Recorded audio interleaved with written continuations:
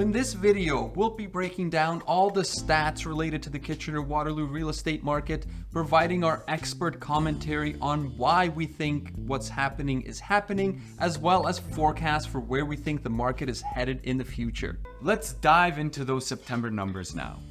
Detached homes saw a median sale price of $790,000 in the month of September, which is down 3.66% from the $820,000 we saw in August and down 2.89% from the $813,000 that we saw in September last year.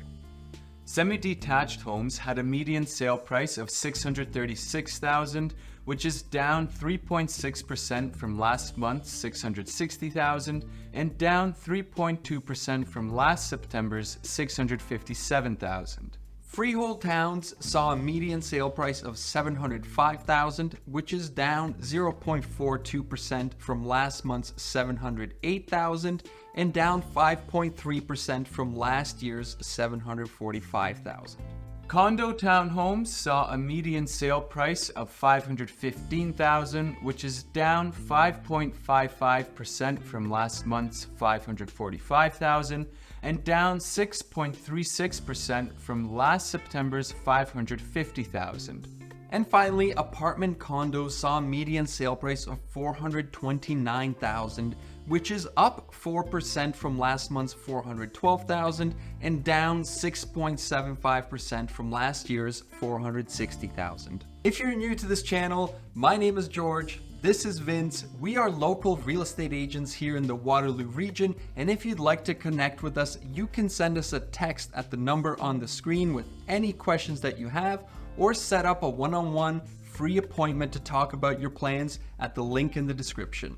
While these numbers are a great way to keep up with the market and take a look at overall long-term trends, we do find that the average and even median prices can get skewed on a monthly basis.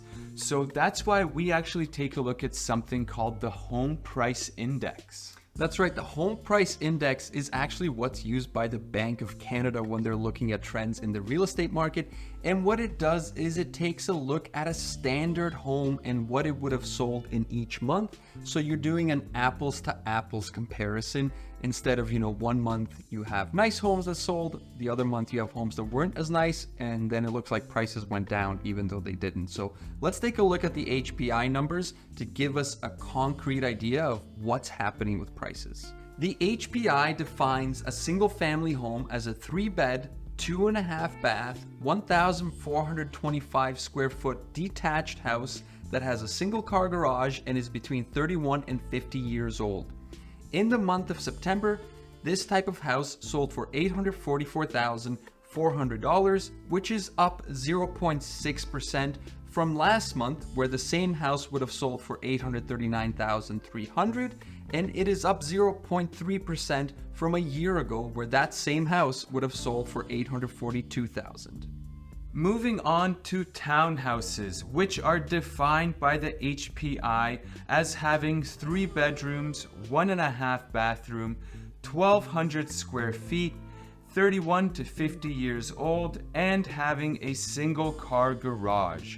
This type of townhome sold in September for $602,800, which is down 0.7% from last month, where the same property would have sold for $606,800 and down 5.5% from last year's September, where the same townhouse would have sold for $637,900.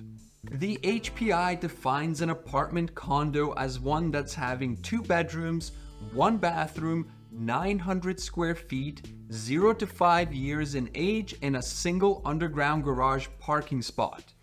In the month of September, this type of condo would have sold for $435,700, which is down 1.3% compared to August, where that same condo would have sold for $441,300 and down 8.3% to last year's September, where the same condo would have sold for $475,100.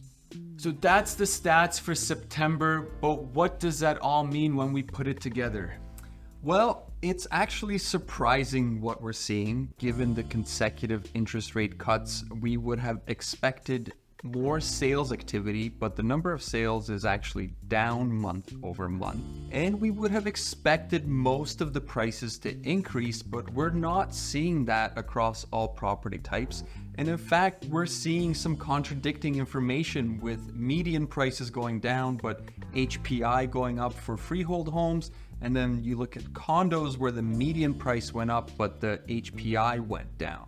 That's right. So detached homes actually saw the HPI rise, and that makes sense because given the amount of options that the buyers have, it's only natural that they would go and lean towards choosing detached homes. In turn, because most buyers are leaning towards the detached homes, we've seen some drops with townhomes and condo apartments. So why did the median price for detached homes go down while the HPI increased? Well, what this is telling us is that detached homes are generally holding their value based on that standard home, but what we've seen is more activity in the lower end of the market. People are buying lower priced homes, which is pulling that median price down. And with less sales activity, what it's indicating is the fact that the people in that median and average price point are currently staying out of the market. Now, what's causing the market to do this? Well, we have three key factors that could explain the slow market. That's right. So the first factor is the fact that the Bank of Canada has been very transparent about the fact that we're going to have more interest rate cuts for the rest of the year. Tiff Macklem has come out and said expect more cuts, and buyers are simply waiting on the sidelines to see what happens with those cuts before jumping into the market. They're basically waiting for the new year. The second factor is the fact that affordability is still an issue. Although inflation has come down and we've seen some interest rate cuts, the interest rate is still relatively high, making home ownership still a far stretch for some home buyers, and therefore they're putting their home buying plans on the back burner. And the final factor having a huge impact on the current real estate market is the fact that unemployment rate is rising. Many of the buyers that we work with have told us that they're putting their plans on hold because there's job security issues where they work. They've seen some layoffs and they're not 100% sure they'll have a job in the new year and don't want to make a commitment to buying a home. And in fact, we've also had some folks that we talked to that have unfortunately lost their job, which means they absolutely can't buy a home right now. If you find that you do resonate with that situation where you have some uncertainty about your job, it can totally make sense that you don't want to jump into this large purchase of buying a home. However, if you are able to buy and you've decided that you will be buying a home, but you're choosing to wait for those interest rate drops and buy in a few months, that could be a huge mistake. Yeah, that's right, because a lot of buyers are in this boat, and what's going to happen is everybody will jump in the market at the same time in the new year, causing a surge in demand and pushing prices up. So if you want to take advantage of lower prices right now, as well as the lower interest rates which are coming, then the smart thing to do is to purchase before the interest rate cuts happen and close sometime in the new year, sometime in January. Moving in the winter sucks, but that's the way to take advantage of the market right now. And again, that's only if you have decided to purchase and you're in a position to purchase. If you can't purchase or your job is not secure, then certainly do not jump in and buy a home right now.